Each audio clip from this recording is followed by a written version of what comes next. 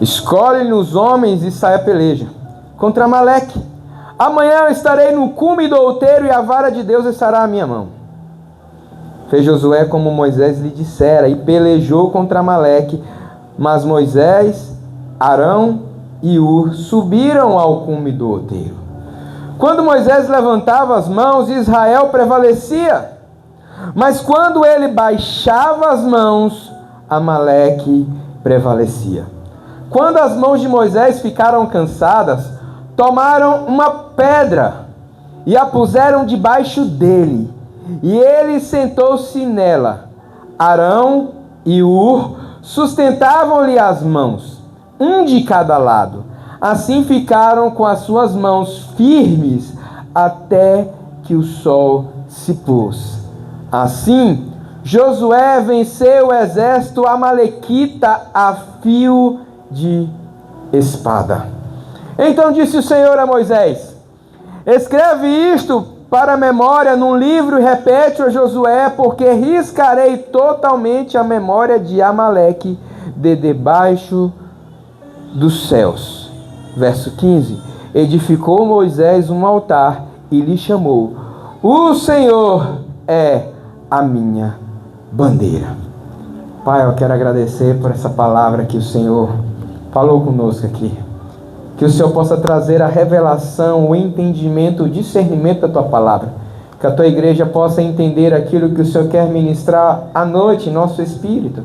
Fala conosco, traga entendimento, que nós possamos estar alinhados e receber aquilo que o Senhor tem para nós. Que nós possamos estar nessa noite sendo renovados e fortalecidos e alimentados com a palavra do Teu trono para as nossas vidas, em nome de Jesus. Que toda distração e roubo do inimigo caia por terra agora. Espírito Santo, tenha toda a liberdade. Fala conosco, em nome de Jesus.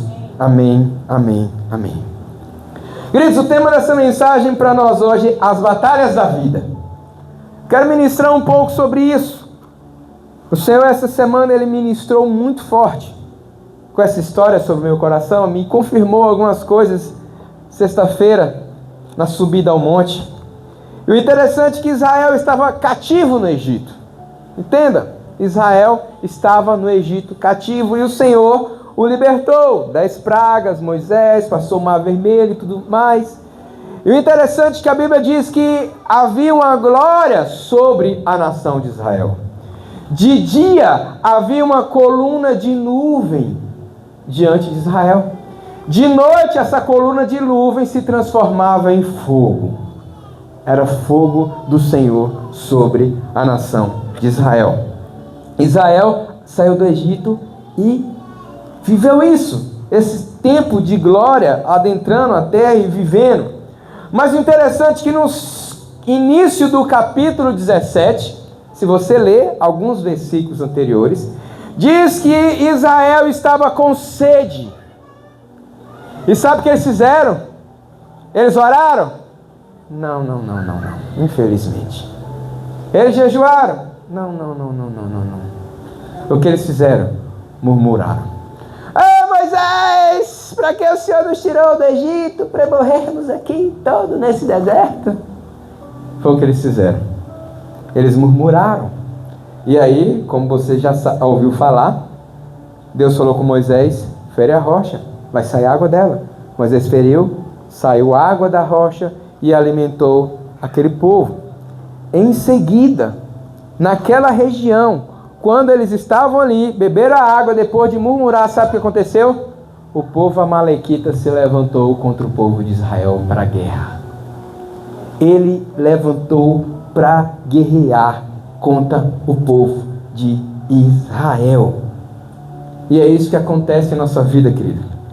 Quando nós murmuramos, nós atraímos o inimigo.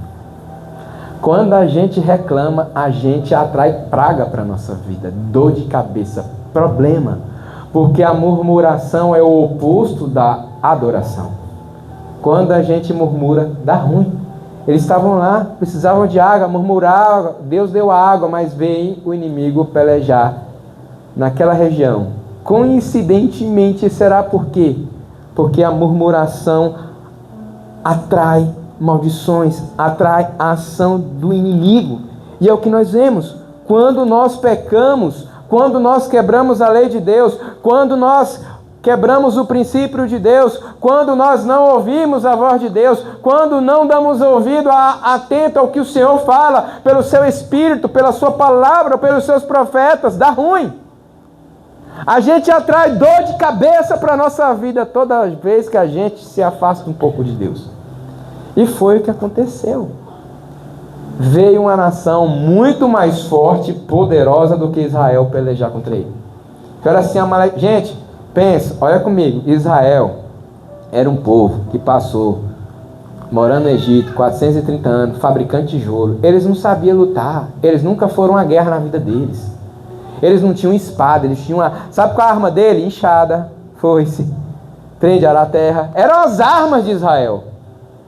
Eles não eram pessoas de guerra, não tinham poder bélico. Os amalequitas tinham espada, tinham escudo, tinha lança, era a galera que era acostumada a brigar. Era gente brigão. Que veio contra Israel. Naturalmente falando, era para Israel ser dizimado. Mas mesmo diante daquela situação, o Senhor deu uma lição poderosa para Israel. E eu quero trazer umas revelações que o Senhor trouxe para a minha vida, eu quero compartilhar. Eu quero contar um pouco da história que eu vejo nesse texto e trazer algumas revelações profundas que o Senhor me trouxe aqui entre esse texto. Nós vimos lá que começou a guerra. Moisés mandou Josué chamar a galera lá e ir para a guerra. Subiu no monte, estendia as mãos. O povo vencia de Israel. Abaixava as mãos, o povo de Israel perdia. E aí, a Bíblia diz um fato interessante. Sentam ele numa pedra, levantam as mãos, Arão segura de um lado, Hur segura do outro, e eles ficam com a mão levantada até Israel vencer a batalha. E o Senhor me fez ver 7 personagens profundos nessa história. O primeiro era uma nuvem, um fogo que estava sobre o povo de Israel. A coluna de fogo à noite e uma nuvem de dia. Primeiro personagem, a glória que estava sobre eles. Segundo personagem, a pedra que Moisés sentou. Terceiro personagem, o próprio Moisés. Quarto, Arão. Quinto, Hur. Sexto, Josué. Sétimo, Israel. E eu quero trazer algumas revelações que o Senhor trouxe para a minha vida. Comecei a compartilhar um pouco com quem estava no monte. Então, meditando nessa palavra, o Senhor me fez refletir que essa nuvem e esse fogo que estava sobre eles era a presença de Deus sobre o povo de Israel. Ou seja, havia no povo de Deus a presença. Escute, nós precisamos estar debaixo da presença do Senhor em todo o tempo. A Bíblia diz que a coluna de nuvem e de fogo não se apartava deles em momento algum. Se ela parava, eles paravam. Se ela se movia, eles se moviam. E assim deve ser a nossa vida. Quando o Senhor se move, nós devemos mover junto. Quando o Senhor para, nós devemos parar.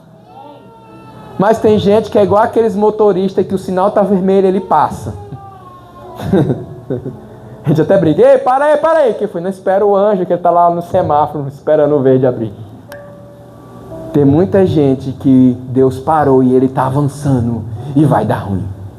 E tem muita gente que Deus está avançando, ele está lá atrás parando. Ai, Deus está indo embora, me deixa, não corre, segue. Não é Deus que tem que te acompanhar, é você que tem que seguir o Senhor. Nós precisamos em nossa vida, querido, da presença do Senhor. Nós precisamos seguir a Deus diariamente, em tudo o que Ele fizer, em tudo que Ele nos orientar, em tudo que Ele nos guiar. Porque Israel, ele prevaleceu porque a presença do Senhor estava sobre eles. O interessante é que quando chegava a escuridão da noite, aquela nuvem se transformava em fogo. O que significa, nós precisamos de fogo em nossa vida. Nós precisamos ser incendiados pela presença do Senhor, pela paixão. Apocalipse fala que porque nem és frio nem és morno, porque não és frio nem quente, porque você é um morno, eu estou a ponto de vomitar-te da minha boca. Deus não gosta de coisa morna. Tem que ser quente, incendiado, intenso. E essa chama eu e você temos que manter acesa. É nossa responsabilidade. Um pouco mais à frente, no livro de Êxodo, você vai ver que Deus manda construir uma tenda, um tabernáculo no deserto, e havia no santo lugar uma menorá, um candelabro com 7 taças, e tinha fogo que veio do céu, e todo dia eles tinham que renovar o óleo. Aquele fogo daquele candelabro não era um fogo que eles fizeram, foi um fogo que caiu do céu, e todo dia eles renovavam aquele fogo que caiu do céu, sem contaminar. Aí teve um tal de Nadab e Abiú que tentou fazer fogo lá porque eles deixaram apagar, morreram na hora. Porque aquele fogo não era de Deus, era fogo estranho. Mas quem tinha que manter o óleo aceso eram os sacerdotes, que tinham que limpavam uma por uma para não apagar, e tinha uma lá de reserva, se apagasse às 7, colocasse de volta. Então eles tinham que limpar lá o local do candelabro, botar o óleo para que o fogo pudesse acender. Nós temos que manter o óleo do Espírito aceso em nossa vida. Nós precisamos andar debaixo da presença do Senhor. Nós estaremos agora 21 dias de jejum e oração. Não adianta, querido, você ficar sem comer um monte de coisa. Se você não ora na Bíblia todo dia, você está fazendo regime, não jejum. Jejum de Daniel é para orar. Daniel orava 3 vezes por dia. Isso é o mínimo. Amém? Nós teremos 21 dias de reuniões, das 8 às 9 da noite. Vai ser um pouco mais tarde. As quartas-feiras vai ser das 8 às 9h30. Mas de segunda a sábado começa pontualmente, tá ok? Se chegar às 8h01, tu já está atrasado. E a reunião já está acontecendo, amém? Glória a Deus. Sei que alguns têm uns trabalhos, eles não conseguem. Se não conseguiu por motivo de trabalho, vem assim mesmo, querido. Não tem problema não, mas vem. Agora tem muitos que podem chegar na hora e não chegam, porque fica lá enrolando, morgando. Amém? Então nós precisamos, querido, realmente manter a presença de Deus na nossa vida e manter a chama acesa. E nesses 21 dias que você possa buscar o Senhor profundamente. E não busque o Senhor só para ter coisas de Deus. Não tem nada de errado na tua cartela que você vai receber hoje, colocar pedidos pessoais. Mas coloque pedidos de verdade. Ah, Senhor, eu quero um carro. Não, isso não é um pedido, não. Senhor, eu quero a tua presença, eu quero a glória, eu quero cheio do Espírito Santo. Ah, eu sou um aspirante, eu quero ser um diácono. Eu sou um cooperador, eu quero ser sacerdote, 5 ministérios. Coloca pedido de verdade. O carro é muito fraco para Deus. Essas coisinhas pequenas. Pede correr de verdade para Deus. Tesouros eternos, amém? Se você quiser essas coisinhas pequenas, igual casa e carro, amém, glória a Deus, pode pedir que Deus dá também. Mas peça coisa grande, amém? Que nós possamos estar e buscar a presença do Senhor para a nossa vida. Porque uma vida sem a presença do Senhor, querido, é uma vida vazia. Quanto mais a humanidade se distancia de Deus, mais aberrações a gente vê. Então nós precisamos da presença de Deus e manter acesa essa chama. Amém? Glória a Deus. O segundo personagem nessa história era a pedra. Alguns versículos antes fala que saiu água de uma rocha. E agora fala que Moisés se apoiou, se fundamentou, sentou-se em cima de uma rocha. Essa rocha representa Jesus. Jesus, como diz as Escrituras, ele é a pedra de esquina e a pedra angular. Sabe o que é isso, querido? Pedra de esquina é como se fosse é uma pedra que ficava no canto e ela alinhava, era o esquadro de toda a construção. Se aquela pedra de esquina tivesse errado, a construção ia sair toda errada, porque ela era pedra fundamental. Ela colocava ali, a construção vai partir daqui, aqui é o ponto principal, vai para lá, vai para lá, vai para cá, vai para cá, vai para cima. Essa é a pedra de esquina, vai ficar aqui marcando, delimitando. Jesus é essa pedra de esquina que alinha a nossa vida. E era a pedra angular, principalmente naqueles arcos romanos, ela ficava no centro. Era uma pedra de sustentação. Ela aguentava todo o peso. Se arranca a pedra angular, pum, a construção vai para o chão. E Jesus é quem sustenta a nossa vida. Nós precisamos estar com a nossa vida, querida, fundamentada na rocha que é Jesus. A nossa vida tem que estar em Jesus. Ele é a nossa rocha, Ele é a nossa base. Ele deve ser o nosso fundamento. Às vezes você fala, mas eu já sei disso. Saber é uma coisa, viver é outra coisa. A Bíblia fala uma parábola, o próprio Jesus dizendo sobre a casa construída na areia, a casa construída na rocha. A da areia prevalece, a da rocha cai. Muitas pessoas dizem que tem Jesus, mas eu te pergunto, hoje é domingo, quantas horas você gastou para orar e ler a Bíblia hoje? Responda para você mesmo, não se entregue. E quantas horas você gastou na televisão, no teu celular? Quem deu mais tempo, ganhou mais tempo? A televisão, as telas ou a tua Bíblia que teve mais tempo hoje? Porque se a resposta for as telas, então Jesus não é a tua rocha. Sinto lhe dizer. Porque hoje é um domingo, a grande maioria não trabalhou. E se hoje você não dedicou mais tempo à palavra e oração do que o tempo que você gastou na frente de uma tela, Jesus não é tua rocha, querido. Sinto lhe dizer. Não é. Porque se Jesus fosse a minha e a tua rocha, a gente gastava mais tempo com a palavra e com a oração do que as telas, do que os entretenimentos. Amém? Isso é importante, querido. Rocha é fundamento. Tem muita gente que se engana, dizendo que é de Deus. Às vezes eu vou falar de alguém para Jesus: ah, não, mas eu creio em Jesus. E a pessoa lá, com a cachaça na mão: eu creio em Jesus. Diabo também, meu querido. Mas não obedece, não adianta nada. Eu tenho uma vida com Deus. Com essa língua fofoqueira? Não, tem não. Tem não. Não tem. Porque Jesus não tem nada a ver com a fofoca. Ah, eu tenho uma aliança com Deus.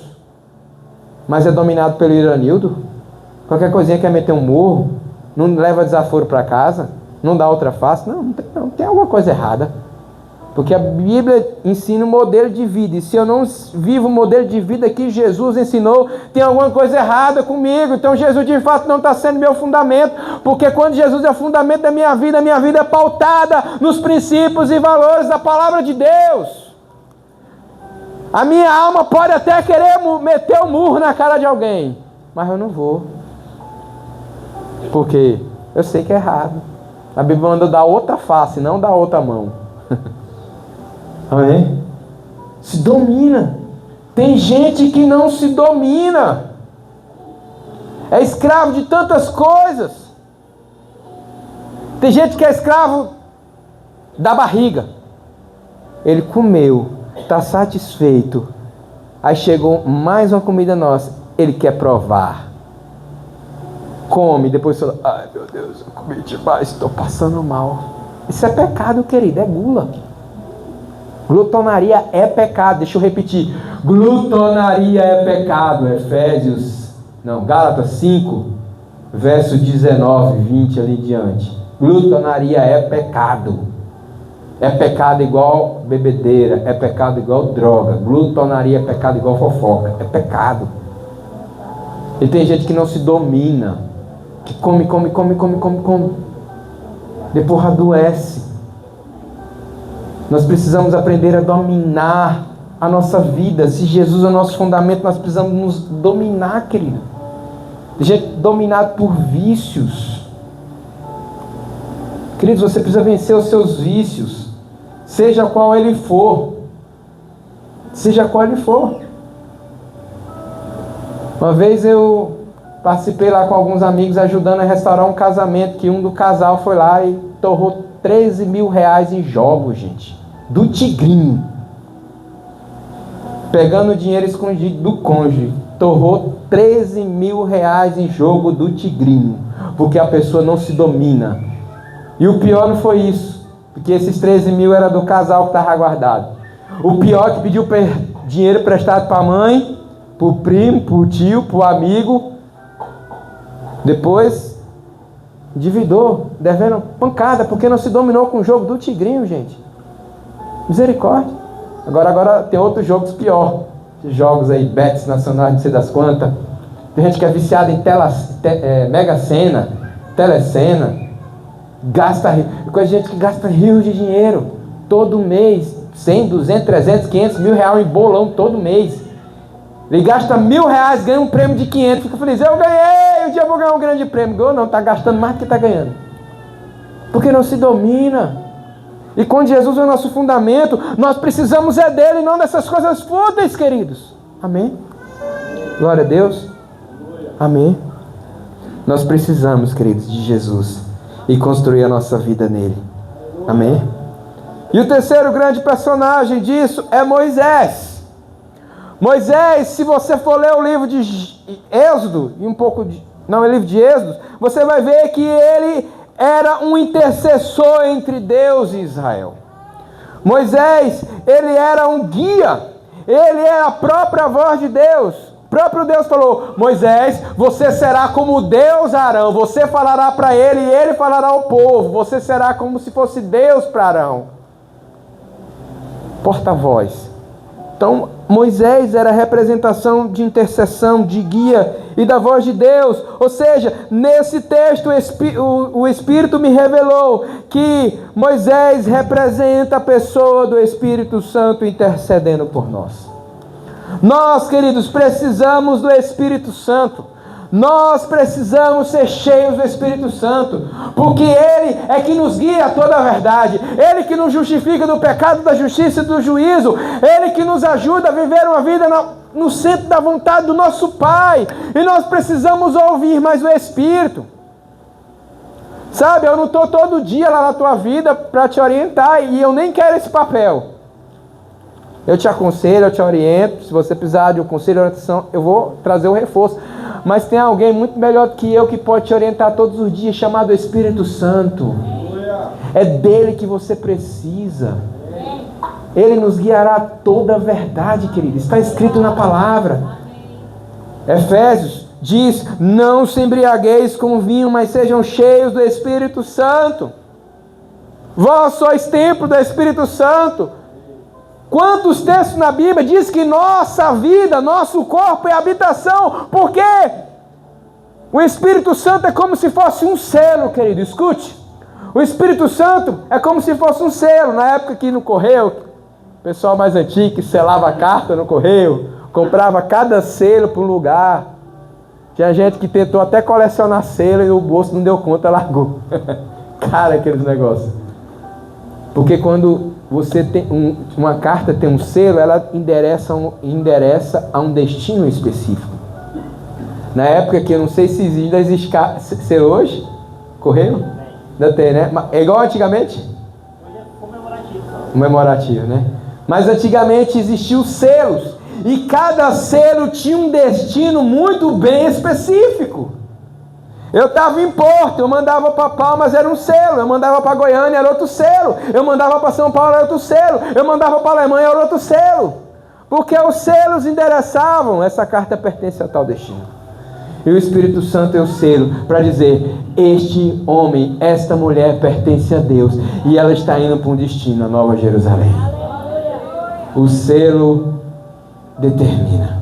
E o Espírito Santo é esse selo. Ele é essa pessoa que nos orienta. E sabe, queridos, a gente tem que gastar mais tempo buscando o Espírito Santo em nossa vida, ser cheio do Espírito Santo. Ele nos guia, queridos. Ele nos orienta. Uma vez eu sou motorista de ambulância, eu estava em Porto, indo para Palmas buscar uma equipe médica que estava voltando no aeroporto. Fui levar um paciente e estava voltando, 2 pessoas.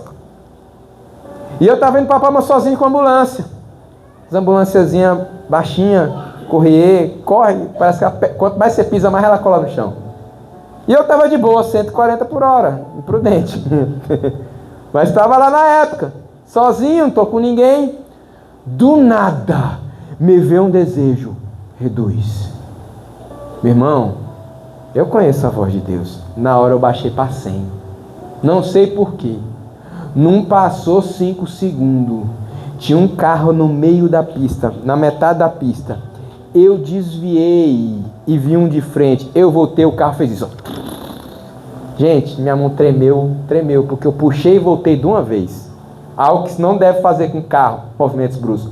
Mas eu desviei da galera, porque foi do nada, numa curva. Um carro no meio, um festejo que estava tendo. E eu desviei e voltei. Como eu estava em baixa velocidade, o carro se deu bem e eu fui embora. Fui ali, 100, 110 até o aeroporto. Eu vou devagar, susto que eu levei. E aí eu fiquei sabendo, algum tempo depois, meu pai disse que, quando eu voltei, meu pai disse que viu uma ambulância tal hora. Eu falei: não, era eu. E ele disse que me viu na barreira da polícia, que era mais ou menos menos de 10 quilômetros de onde estava esse lugar. Meu pai me encontrou. Ou seja, meu pai passou por esse lugar 5 minutos depois que eu passei. E ele disse que chegou lá, tinha um acidente. Um cara da polícia desviou do festejo, viu um de frente, e ele desviou brusco, o carro não deu conta, capotou e morreu. Se eu não tivesse abaixado a velocidade, eu não estaria aqui hoje para contar a história para vocês. Mas porque eu ouvi a direção do Espírito Santo me dando um livramento, eu baixei a velocidade e estou vivo porque Ele me livrou. E é assim que Ele faz. Ele nos livra de acidente, Ele nos livra de males, Ele nos livra de tanta coisa. Quantas vezes eu não estava indo numa rua e do nada me deu vontade de mudar de rua. Meu irmão, não paro. Eu falei, vai que tem algum ladrão nessa rua aqui, deixa eu ir pela outra rua. Se eu estou sentindo vontade de mudar, querido, vai, porque provavelmente é a voz do Espírito Santo. Várias vezes que eu estava dormindo, ele me acordou de madrugada, fui beber água, fui deitar assim, vai orar. Fui orar. E quantas coisas ele fez comigo naquele momento de oração. Então, queridos, nós precisamos aprender a ouvir a voz do Espírito Santo e a obedecer, porque ele vai nos guiar a grandes coisas, à vontade do Pai. Mas tem gente que se faz de surdo, ele está falando, finge que não está ouvindo. Ouve, obedece, querido. Obedece à voz do Espírito Santo. Vale a pena, em nome do Senhor Jesus, você ouvir e obedecer à voz do Espírito Santo de Deus. Ela vai criar toda a verdade. Ela vai te dar livramentos, queridos. Vai fazer grandes coisas na minha e na tua vida. Vai fazer. Uma vez o Espírito Santo me tocou para me fazer uma campanha. Campanha muito doida. Ele falou, filho, você vai orar 1 hora por dia durante uma semana. Eu, ok. Já faço isso, mas ok. Na segunda semana você vai orar 2 horas. Ele, ok. Na terceira semana você vai orar 3 horas por dia. Eu, aham. Na quarta semana você vai orar 4 horas por dia. Você acha que eu sou à toa? Atrevimento. E aí o Espírito Santo assim, não falou mais nada, não respondeu. E o que eu fiz, querido? Fiz igualzinho ele me mandou. E o que aconteceu? Grandes coisas aconteceu. Ele liberou dons, ele liberou revelações, ele me deu palavras, ele fez grandes coisas na vida. Ele curou coisas que estavam presas na minha alma, que eu não conseguia me libertar. Ele fez nesse mês grandes coisas. E depois desse jejum, sabe o que aconteceu? Durante mais ou menos uns 3 anos, eu pregava no mínimo 1 vez por mês no centro apostólico, que eu morava em Porto. Ele abriu as portas do ministério para mim. Eu já era mestre na época, mas morava em Porto. E eu começava a ministrar 1, 2, 3 vezes ao mês em Palmas. Ele começou a abrir porta, me dar revelações, me dar visões. Porque eu obedeci a voz do Espírito Santo e ele desatou a minha vida espiritual. Eu sou mestre, mas não sei porque ele me deu uma unção profética que às vezes eu não entendo. Eu falei, o profeta é lá, é a esposa, né? Eu não. Eu é mestre, palavra é comigo. Deus deu. E veio muito desse jejum que eu fiz. Deus liberou uma unção profética. Ele me liberou um dom que eu nem pedi, palavra de conhecimento. Às vezes eu oro pelas pessoas e Deus me revela algumas coisas da vida dela. Para mim orar, alguma coisa. Quando Ele quer. Então, quando você ouve a voz do Espírito Santo, querido, Ele vai te dar instrução, Ele vai te dar direção, Ele vai te guiar. Vale a pena ouvir a voz do Espírito Santo. Então busca. Ah, não estou ouvindo, então para escutar. Desliga tudo, silêncio. Para tudo. Silêncio total. Desliga tudo. Desliga aparelhos. Vai com canto sozinho. Abre a Bíblia e fala, Espírito Santo, fala comigo. E seja paciente. Porque Ele fala, mas às vezes os seus ouvidos estão tão... Você já viu aquele lugar tão barulhento, quando você sai, parece que seu ouvido não consegue ouvir esses barulhos pequenos, não é? Muitas vezes a gente demora a ouvir, porque o nosso ouvido está tão cheio de barulho externo, que às vezes leva um tempo o nosso ouvido se ajustar e conseguir ouvir a voz dele, que é muito suave. A frequência da voz do Espírito Santo é muito suave. Então a gente tem que estar atento e desligado, porque se a gente estiver focado em outras coisas, a gente não vai conseguir ouvir. Vocês entendem? Isso é muito importante.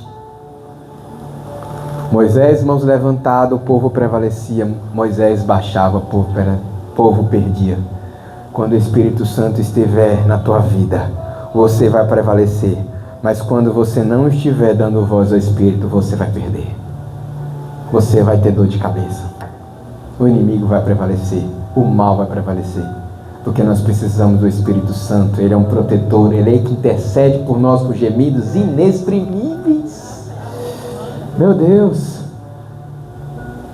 Nós temos um intercessor. Tem gente que fica caçando intercessor em lugar errado. Gente, nós já temos um intercessor. O Espírito Santo. Não precisamos de outro.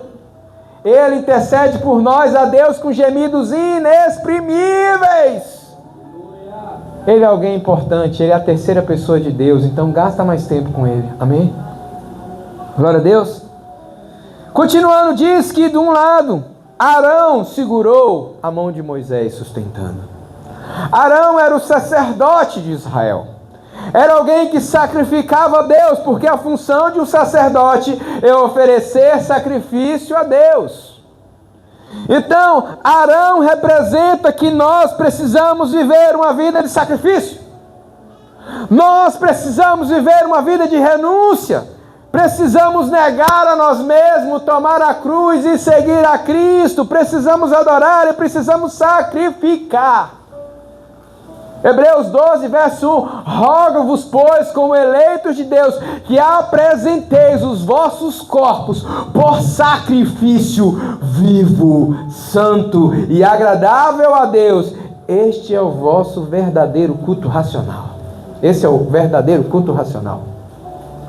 Nós precisamos aprender a sacrificar. Sacrificar a nossa vontade. Sacrificar o nosso eu, sacrificar os nossos desejos por amor a Cristo. Sacrificar. Eu já sacrifiquei relacionamentos no passado, porque Deus falou assim, não é da minha vontade. Eu larguei de mão mesmo gostando, apaixonado, arreado. Adolescente apaixonado é dor de cabeça. Gente do céu, parece que ele fica cego, tapado. Todo mundo fala, olha, esse relacionamento não vai dar certo. Não vai, ninguém me entende.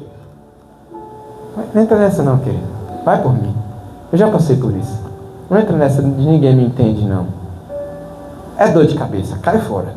As pessoas estão falando por motivo válido. Cai fora. Cai fora. Não vai dar certo.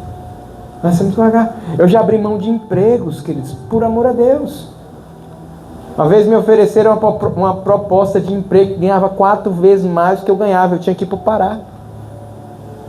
E o Espírito Santo, sim, o salário é bom, né?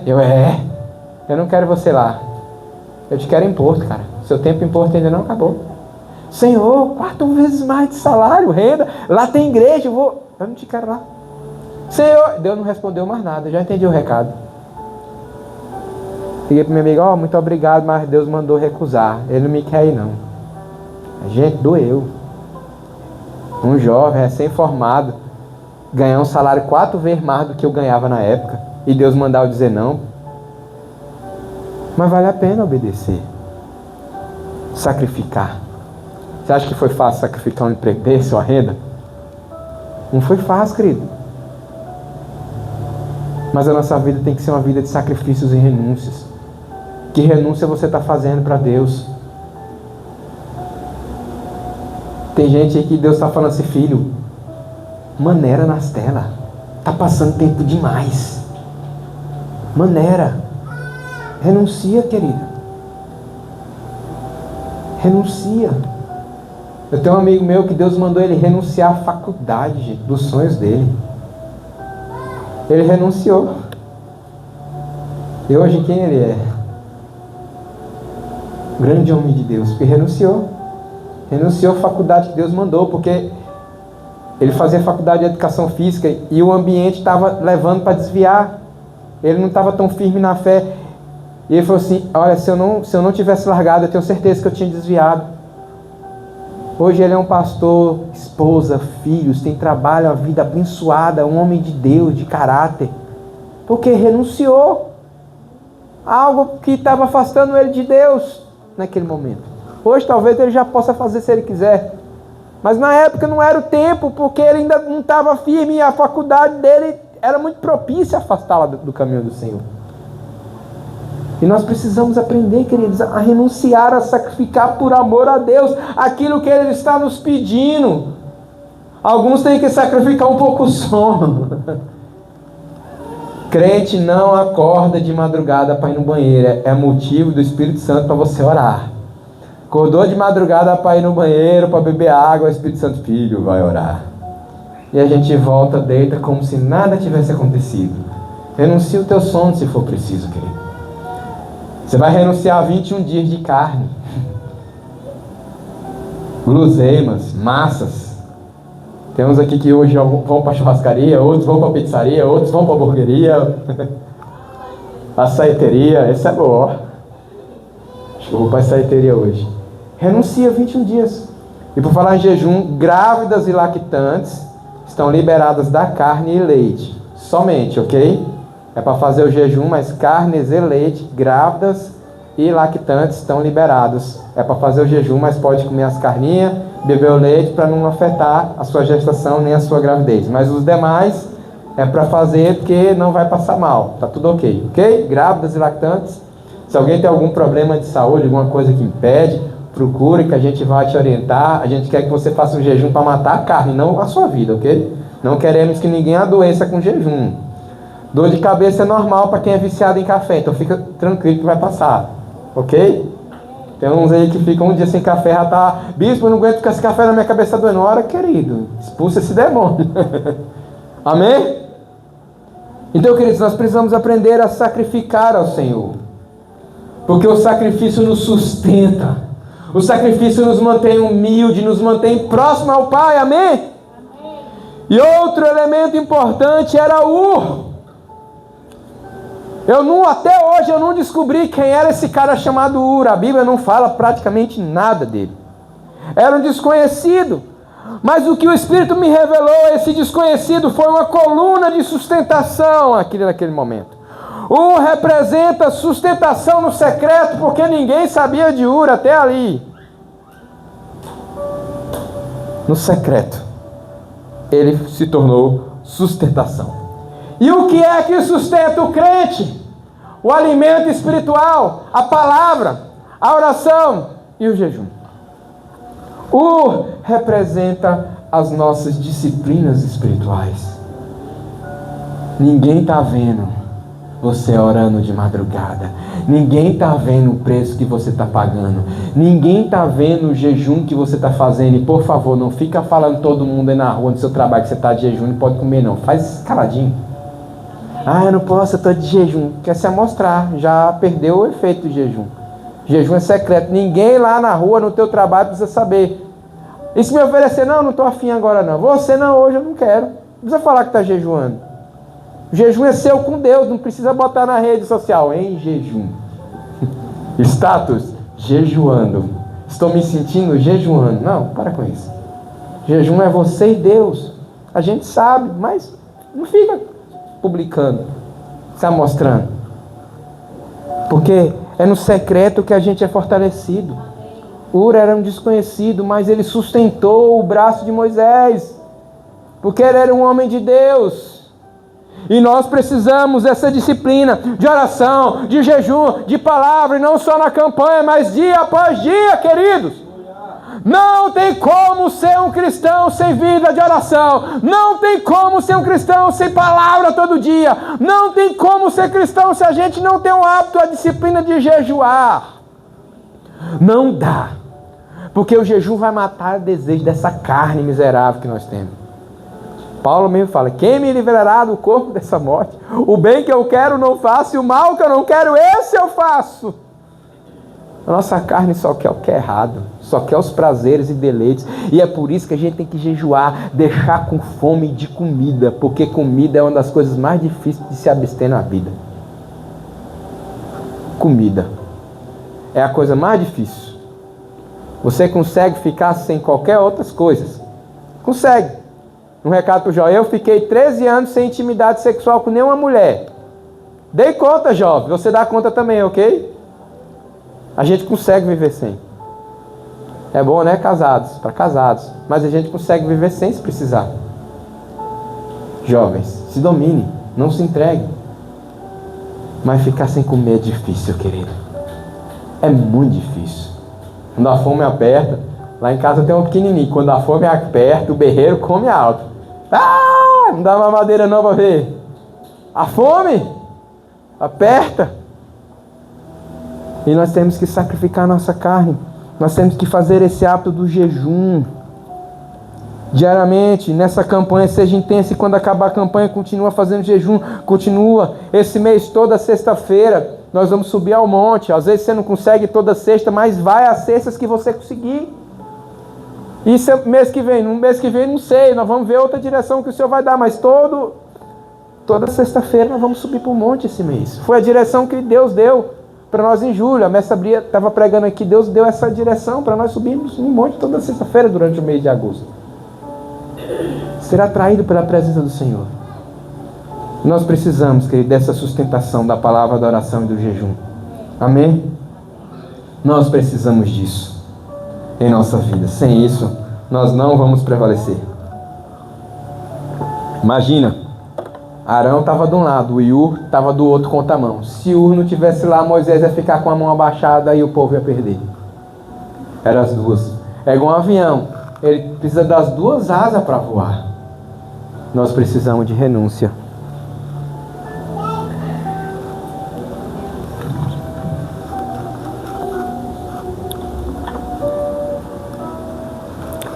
Nós precisamos de renúncia. E nós precisamos das disciplinas espirituais, a palavra, a oração e o jejum. Amém? Glória a Deus. Quinto. Sexto personagem, quer dizer, Josué. Moisés enviou Josué para liderar a batalha lá embaixo e para a guerra. E ele venceu porque tinha um líder. Josué era sucessor de Moisés e mais à frente ele foi o líder de Israel. Todos nós precisamos nos submeter a Deus e às autoridades que Ele estabeleceu sobre a nossa vida. Romanos capítulo 13, olha só o que diz as Escrituras. É isso mesmo, 12.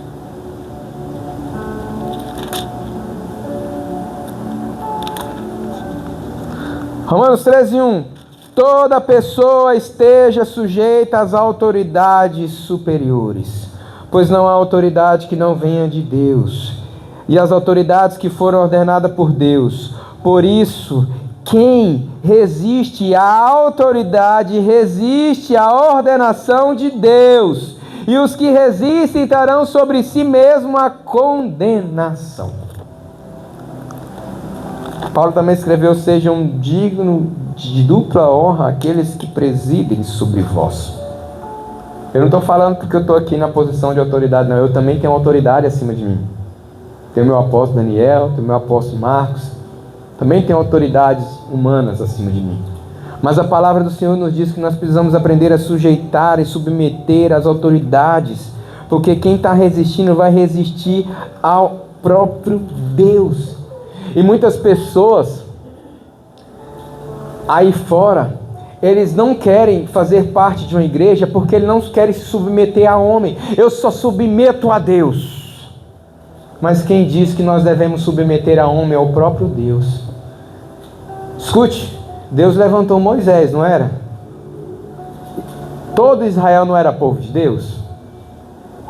Aí Miriam falou: eu sou mais velha que tu, cara. Eu te ajudei a criar. Tu é mais novo. Eu sou o profeta Moisés. Sabe o que aconteceu? Deus fez ela ficar leprosa. Não foi Moisés. Deus fez Miriam ficar leprosa. Se põe no teu lugar, menina. Tu é irmã mais velha, sim. Tu é profeta, sim. Mas ele é autoridade. Baixa essa bola. Porque Miriam não afrontou Moisés, ok? Afrontou a autoridade que estava sobre Moisés. Porque tem uns aí que também falam besteira. Ah, não pode me peitar porque eu sou um Deus. Cuidado. Não separe a unção e a pessoa, ok? Porque senão tem gente que fica criando aí ditaduras nas igrejas e isso não é de Deus. Respeitar a unção que está sobre a pessoa. A autoridade de Deus que está sobre a pessoa. Há uma grande diferença. Corá, Datã e Abirão e mais 250 também entraram nessa a terra abriu, engoliu eles, morreram vivos. Não estou dizendo que ninguém aqui vai morrer, nem quero isso, em nome de Jesus. Mas eu estou dizendo que nós precisamos aprender a nos submeter à autoridade. No reino de Deus, se submeter às pessoas faz parte de forjar a nossa fé. Porque quando a gente tem um líder que nos orienta, que nos aconselha, que nos alinha, que nos disciplina, isso vai forjar a nossa vida de fé. Porque se a igreja for independente, ninguém tem autoridade sobre ninguém, a gente não vai ser aperfeiçoado, vai ter o caráter sempre deformado. E se submeter a uma autoridade forja o caráter. Ainda eu em Palmas, quantas vezes o apóstolo Daniel me deu direção que eu não queria seguir, doeu seguir. Porque ele é autoridade, eu seguia mesmo não querendo, porque ele era autoridade. E o que acontecia? Deus me honrava pela minha fidelidade a ele e a honra à autoridade. Quantas vezes o paizão também me falou as coisas que eu não queria, eu falei, paizão, amém, vamos lá. É difícil? É. Mas se a gente segue, ok, você só não pode seguir se a autoridade te manda contra a palavra. A autoridade da Bíblia é maior do que a minha, então fique em paz. Se eu te mandar fazer algo que a Bíblia condena, fica com a Bíblia. A Bíblia é a palavra de Deus, ela é a palavra de Deus, inspirada, inerrável e infalível. Essa galera aí que fica dizendo ao contrário, fica longe. Amém? Glória a Deus. Então nós precisamos, queridos, aprender a nos submeter e a aproveitar a direção e os conselhos que Deus nos dá pelas autoridades que Ele coloca sobre a nossa vida. Deus coloca autoridade para nos orientar, para nos guiar, para nos afiar, para zelar por nós, para nos proteger, para nos guiar e para ver coisas que a gente muitas vezes não vê. Quantas vezes eu queria fazer uma coisa na minha vida e um líder meu falou assim, Vinícius, se você quiser você faz, cara, mas eu vejo assim, assim, assim, assim, assim. Gente, eu discordava totalmente, mas eu obedecia. E lá na frente eu entendia, você tinha razão. Ainda bem que eu te obedeci. Ainda bem que eu me sujeitei. Ainda bem que eu fiz o que o Senhor falou. Senão ia me dar mal. Porque muitas vezes as autoridades têm uma visão que muitas vezes as pessoas não têm. Porque a gente é melhor não, simplesmente porque é uma autoridade sobre a minha vida. Isso não me faz melhor, só faz ser uma autoridade.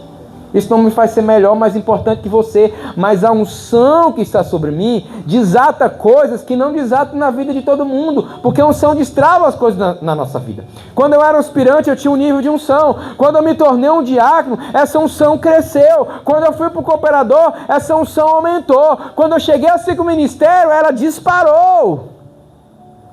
Quando eu cheguei a ser comissionado a mestre, eu abri a Bíblia e parece que Deus estava me dando uns códigos assim muito loucos. Eu falei, meu Deus, por que eu nunca pensei nisso antes? Porque a unção mestral destravou muitas coisas na minha vida. E quando eu fui comissionado a bispo, tem coisas que eu falei assim, meu Deus, como isso é possível? Eu tenho 30 anos na igreja, eu nunca vivi isso. Porque a unção destravou algumas coisas na nossa vida. Porque a unção, ela é uma capacitação espiritual que nos habilita a cumprir uma missão que Deus nos enviou. E ela nos dá ferramentas espirituais, naturais e sociais para agir. Não é porque eu sou bom, é a unção que age em mim, é ela que faz diferença. Se Deus arranca, um homem comum. Mas quando a unção vem, Deus faz coisas grandiosas. E por isso nós precisamos aprender a nos submeter à autoridade. Precisamos, querido, escuta, precisamos de cobertura espiritual. Todo homem, toda mulher precisa de uma cobertura espiritual. Todo homem e mulher precisa de pais espirituais e líderes. Por isso nós temos uma igreja apostólica, cremos na visão de paternidade espiritual. Nossos pais, apóstolos Marcos e Virna. Cremos na liderança que Deus estabeleceu, tanto em Palmas como aqui, nós precisamos crer. Nós também precisamos de pais naturais, hoje é dia dos pais. Glória a Deus a todos os pais. Porque pai tem a missão de trazer a identidade, o caráter, o princípio e as crenças na vida do filho. A mãe, ela tem a missão de forjar a saúde emocional do filho, a saúde social do filho. Você pode ver, filho criado sem mãe, geralmente é meio bicho do mato, geralmente. Menos que tem um tio, uma avó que fez o papel de mãe. Mas criado só com homem, geralmente ele é meio antissocial. Mas bicho do mato, igual eu ali, pouco. Mas quando tem a mãe forja as emoções, os sentimentos, essa habilidade social. Mas o pai é que forja a identidade do filho, que forja o caráter do filho, que ensina princípios, que é responsável pelas crenças, boas ou más, é o pai. Você vê que pessoas que vêm de uma família que não tem pai, geralmente essa pessoa tem algum problema na identidade dela, alguma deformação de caráter. É claro que outras pessoas, até mesmo Deus, pode assumir essa paternidade na vida dessa pessoa e sarar essa carência, mas todos nós precisamos de pais. Sejam naturais, sejam espirituais, ou pai, mentores. Nós precisamos de pais em nossa vida, mentores, guias que nos orientam, que nos fortalecem, que forjam a nossa identidade, que forjam o nosso caráter, que nos ensina princípios em nossa vida, que fortalece a nossa crença e nos ajuda a ter uma fé forte. Pais são responsáveis por isso. E por isso que cobertura espiritual, seja de um pai, seja de um líder, de um mentor, de um pastor, de um apóstolo, ela é muito importante para a nossa vida. E quem se priva disso, porque às vezes não teve um bom pai terreno, se priva de algo de Deus. Talvez você não teve um bom pai terreno, talvez você não teve pai, ou talvez você não teve um bom pai. Mas saiba que nem por isso você está abandonado ou é órfão, porque você tem um pai no céu, Deus, Ele é o Abba, Ele é o Pai, e Ele quer cuidar de você, e Ele levantou pessoas na terra para ajudar nesse papel de pai, pais espirituais, líderes espirituais que muitas vezes também trabalham como pais em sua vida. Faça um bom uso disso para o teu próprio benefício, glória e crescimento. Amém? Eu sou o pai de Jonathan, mas se você precisar de alguém para esse papel de pai, conte comigo, eu estarei representando o nosso pai espiritual na tua vida. Conte comigo. Quiser conversar, orar, aconselhar, trocar uma ideia, ter amizade, conta comigo. Meu celular é ligado 24 horas por dia. Me liga que eu não vou te virar as costas. Às vezes você não consegue falar naquela hora, mas na hora que eu puder eu vou te retornar. Amém? Nós precisamos disso, queridos. Porque se nós tivermos isso, nós teremos bênção, mas quem não tem essa cobertura, ele anda um pouco sem direção. Porque o Senhor não nos criou para sermos pessoas independentes, mas para vivermos em unidade. Amém? E por último nós vemos Israel. Já estou encerrando. Israel representa o povo. Israel representa cada um de nós. Israel colheu aquela guerra por causa da sua murmuração, mas porque se sujeitou a Deus, se sujeitou ao Espírito, se sujeitou à liderança de Josué, eles venceram a guerra. Ou seja, querido, nós vamos viver o resultado das nossas escolhas. Nós somos a representação de Israel.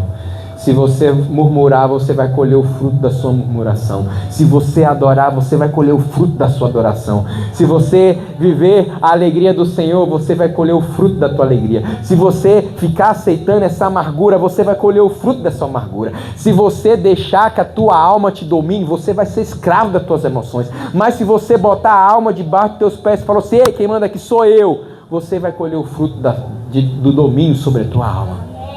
É tudo uma questão de escolha. Tudo uma questão de escolha. Adore em vez de murmurar. Creia em vez de duvidar. Ore em vez de angustiar. Amém? Lute em vez de ficar assistindo o inimigo te atacar.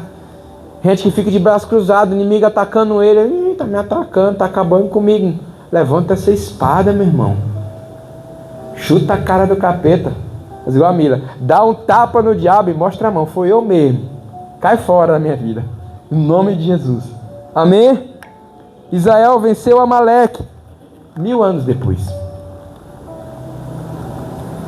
Moisés entrou em guerra com Amaleque.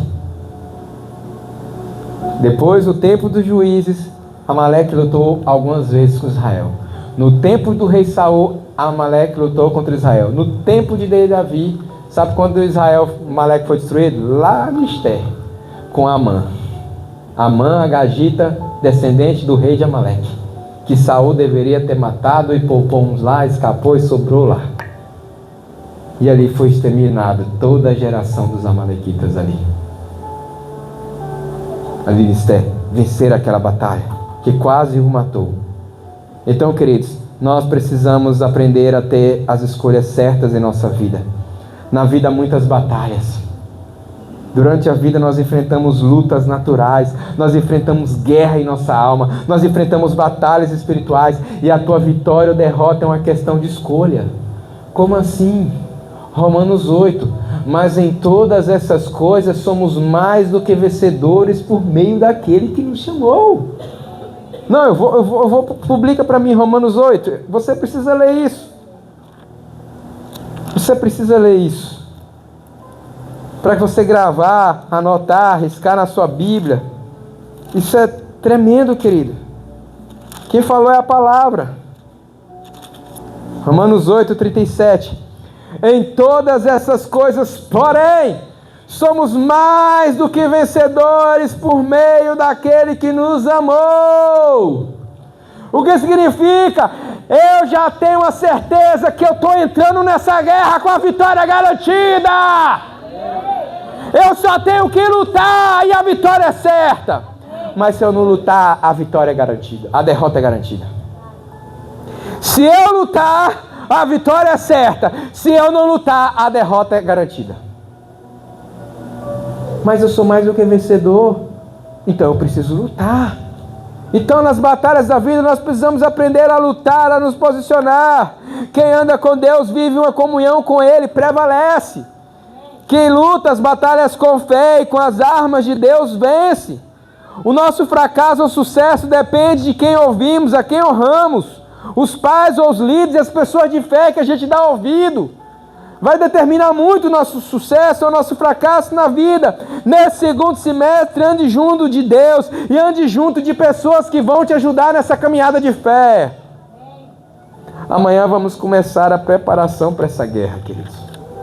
21 dias. Fique de pé em nome de Jesus.